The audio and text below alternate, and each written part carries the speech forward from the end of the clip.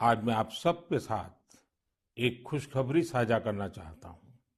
हर भारतीय को यह जानकर गर्व होगा कि देवी अन्नपूर्णा की एक बहुत पुरानी प्रतिमा कनाडा से वापस भारत आ रही है।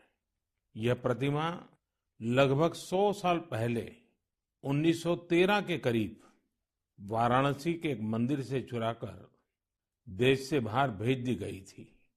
मैं कनाडा की सरकार और इस पुण्य कार्य को संभव बनाने वाले सभी लोगों का इस सहृदयता के लिए आभार प्रकट करता हूँ।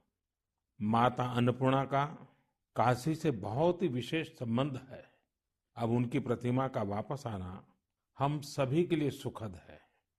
माता अन्नपूर्णा की प्रतिमा की तरह ही हमारी विरासत की अनेक अनमोल धरोहरें अंतर्राष्ट्रीय गिरोहों का शिकार होती रही हैं।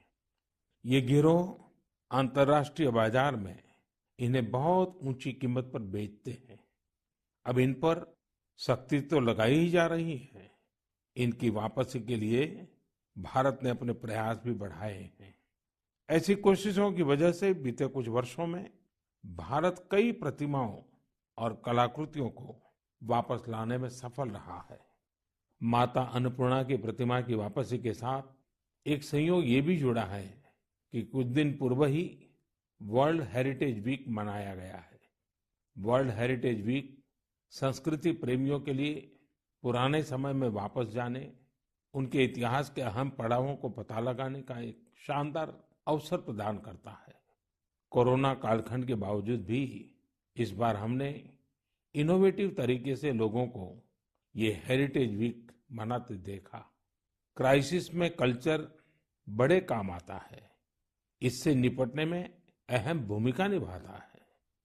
टेक्नोलॉजी के माध्यम से भी कल्चर एक इमोशनल रिचार्ज की तरह काम करता है।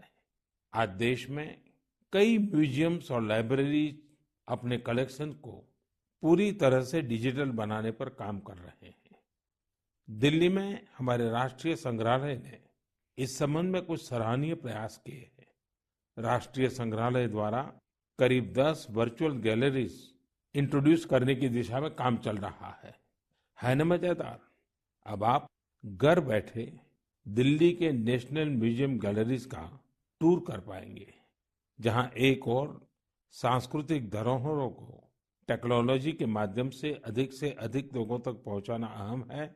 वहीं इन धरोहरों के संरक्षण के लिए टेक्नोलॉजी का उपयोग भी महत्वपूर्ण है। हाल ही में एक इंटरेस्टिंग प्रोजेक्ट के बारे में पढ़ रहा था। नॉर्वे के उत्तर में स्वालबार्ड नाम का एक द्वीप है। इस द्वीप में एक प्रोजेक्ट आर्कटिक वर्ल्ड आर्काइव बनाया गया है। इस आर्काइव में बहुमूल्य हेरिटेज डेटा को इस तरह से रखा गया है कि किसी भी प्रकार के प्राकृतिक या मानव निर्मित आपदाओं से प्रभावित न हो सके। अभी हाल ही में यह भी जानकारी आई है कि अजंता गुफाओं की धरोहर को भी डिजिटाइज करके इस प्रोजेक्ट में संजोया जा रहा है। इसमें अजंता गुफाओं की पूरी झलक देखने को मिलेगी। इसमें डिजिटलाइज और रिस्टोर्ड पेंटिंग के साथ साथ इससे संबंधित दस्तावेज और कोट्स भी शामिल होंगे।